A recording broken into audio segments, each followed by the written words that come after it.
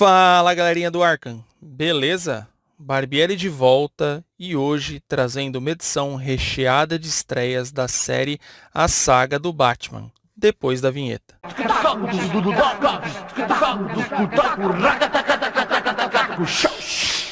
Entrei na feira da fruta pra ver o que a feira da fruta tem. Tinha laranja, morango e banana, só não tinha jacatu, meu bem. Entrei na feira da fruta pra ver o que a feira da fruta tem. Então, senhores, como explicado no vídeo anterior, caso você não tenha visto, eu estarei na condução do quadro Resenha Análise até o volume 6 das edições de A Saga do Batman. E hoje analisaremos a edição do volume 5, publicação da editora Panini em capa cartonada, lombada quadrada, papel ao offset ao preço de R$ 34,90 com 168 páginas, compilando as edições de Detective Comics 583 a 586, Batman 421 e Batman Anual 12. Nos roteiros nós temos a mão pesada de John Wagner, Alan Grant, Jim Starlin, Mike Baron e Robert Greenberger. Na arte, o comando fica por conta de a Norma Brayfall, Dick Giordano e Rosa Andru.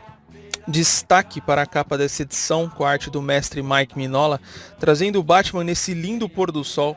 Acho que a arte desse cara combina demais com o Batman, conferindo esse ar de detetive e ao mesmo tempo aquela aparência de lutador peso pesado que o Frank Miller imprimiu no Morcegão em Cavaleiro das Trevas. Bom, feitas as apresentações, sem mais delongas, vamos à resenha. As primeiras duas histórias dessa edição trazem a estreia do vilão, ou melhor, dos vilões Scarface e Ventríloco, nas histórias intituladas Febre e Febre Sede.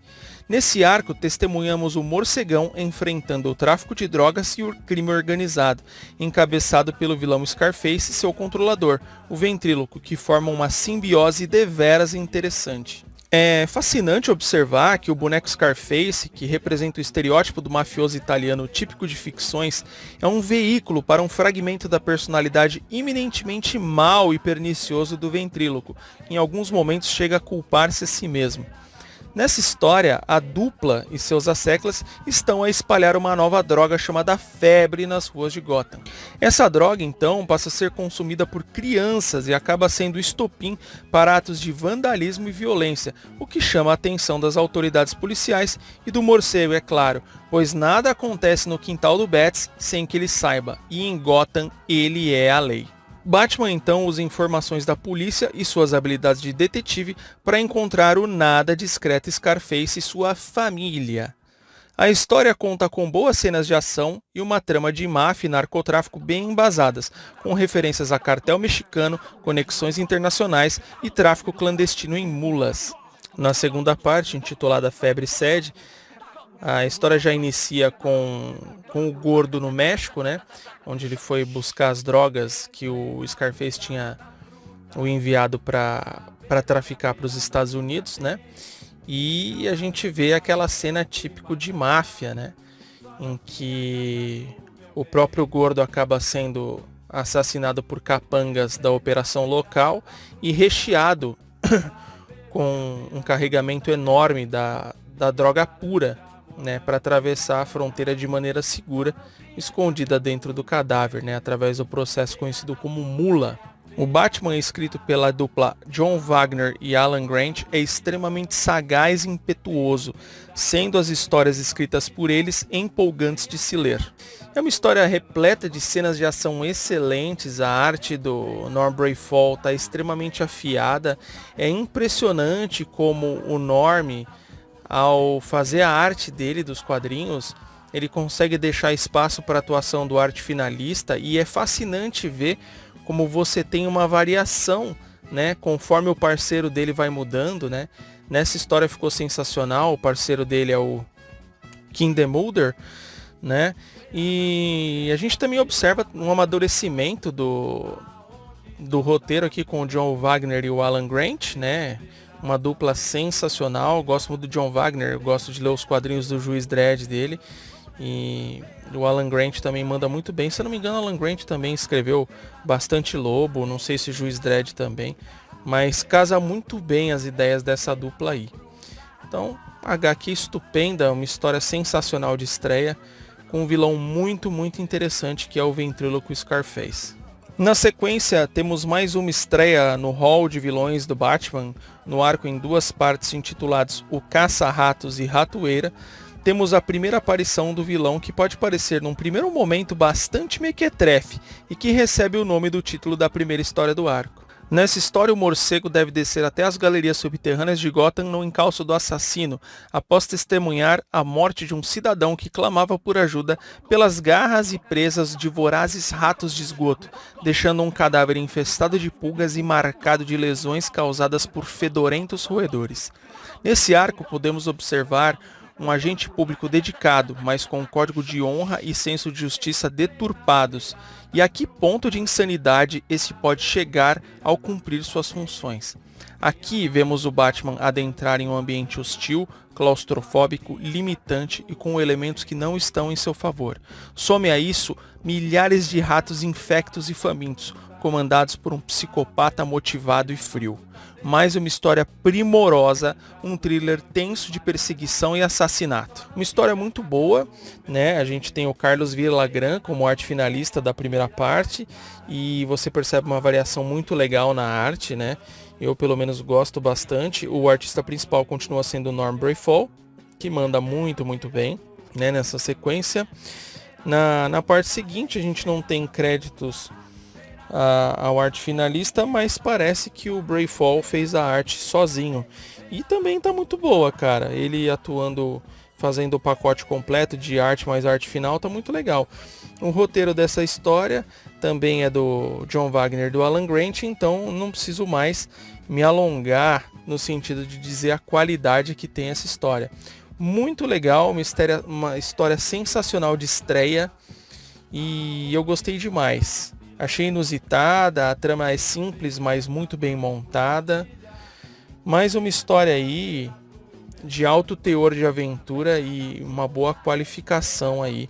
Para quem nunca leu o Morcego, é uma excelente primeira experiência. Na sequência, temos a continuação do arco do Assassino da Lixeira, que a despeito do nome ridículo é na realidade uma boa trama investigativa de autoria do mestre Jim Starlin e no traço de Dick Giordano. Nessa parte, sob o título de Elmore e sua Dama, no curso de suas investigações, o Homem-Morcego acaba salvando a pele de um mendigo chamado Elmore, quando esse estava sendo ameaçado por uma gangue de valentões locais. Agradecido, o mendigo meio maluco diz que se casou com uma moça que havia conhecido na lixeira. Batman o acompanha até seu cafofo, onde encontra mais uma mulher assassinada. O morcego intensifica sua caça aos assassinos e fatos estranhos começam a se suceder enquanto o morcego vai chegando mais perto, incluindo queima de arquivo de um policial corrupto envolvido com os assassinos, que deixa uma pista fundamental. A história prossegue com Batman confrontando os psicopatas, mas a história segue para a conclusão no volume 6. Comentando agora brevemente a arte de Elmore e sua Dama, né? O roteiro a gente não precisa comentar muito, né? Porque eu já falei do Jim Starlin, todo mundo conhece a qualidade dele, mas a gente tem que comentar um pouquinho do traço aqui do Dick Giordano, que é um traço bastante clássico, um tanto antiquado, mas que acaba caindo muito bem nessa história, né? Ela dá todo aquele ar policial bem interessante. Ele é competente no enquadramento, na descrição dos ambientes, né? Através da imagética dele, e também é bom nas caracterizações humanas, né? Sem muito invencionismo. A arte final é do Joe Rubinstein, que todo mundo já conhece, e tem aquele ar bem oitentista, né? Na história, né? Essa arte traz um ar bem oitentista para essa história. Muito boa no geral. Em seguida, temos uma história muito interessante e robusta, publicada em Batman Anual 12, envolvendo uma mansão, muitos convidados da alta sociedade e um passado de envolvimento com força das trevas. Nessa história, intitulada O Demônio de Slade, e não é o Slade Wilson, o Exterminador, Bruce entra num jogo para adultos no estilo storytelling, que acaba evoluindo para perigos bem reais, fazendo com que Bruce e Batman atuem em igual medida para desvendar os mistérios dessa demoníaca trama, envolvendo assassinato, passagens secretas e um monstro no estilo Frankenstein, e um final demolidor e sobrenatural. Eu não posso contar muito mais da trama, guys, porque se eu contar além desse ponto, eu vou estragar a revelação do que acontece em seguida. Mas eu digo uma coisa a vocês, o morcego acaba se enrolando com o assassino e quase vai para as cucuias. E ele só não dança nessa brincadeira porque ele é salvo aos 45 minutos do segundo tempo por um monstro estilo Frankenstein que habita nas catacumbas subterrâneas embaixo da mansão Slade. A arte dessa história do Ross Andru, que também tem um traço bastante sóbrio e clássico, e a história tem aqueles ares de publicações da série Vértigo. É uma história bem madura, bem adulta, com fatos bastante verossímeis e bem interessante. Ela também carrega um pouco de misticismo, né, envolvendo ligações com magia negra, né, entre alguns participantes da trama, e acaba de uma maneira bastante interessante, né, com o fim de uma vez por todas da mansão Slade. Talvez a melhor história dessa edição, escrita por Mike Baron, ainda que a arte de Ross Andru e Pablo Marcos não tenha paralelo com o trabalho desenvolvido por Norm Breyfogle ao longo de todo o volume. E para fechar essa edição, na história intitulada Reserva, né, nós vemos o segundo Robin na pele de Jason Todd, protagonizando uma aventura escolar com alguns coleguinhas malandros do clube de audiovisual que, por ter acesso às chaves e à plataforma que passa sobre todas as salas do prédio escolar, pensam em mudar as notas deles, né, no boletim final. E o Robin fica naquele dilema, né? Ajuda esses caras, mexo também nas notas, mas né, os valores que ele acaba adquirindo, né, através de sua atuação como menino prodígio e pelos ensinamentos do Batman Bruce Wayne, acabam interferindo favoravelmente no desfecho dessa trama, né? Que eu não posso contar mais porque senão vou dar spoilers. Mas é uma história agradável também, desenhada pelo Norm Breyfogle. Não tem aqui créditos ao arte finalista, mas uma história escolar interessante, bacaninha, bem anos 80, adorável, fechando essa edição, né, e dando um tempero, né, de variação nas histórias aí, só com o morcegão, e também ajudando a construir, né, o personagem Robin e os fatos que mais pra frente acontecem com ele aí. Uma história bastante agradável que encerra com chave de ouro a compilação diversificada dessa edição.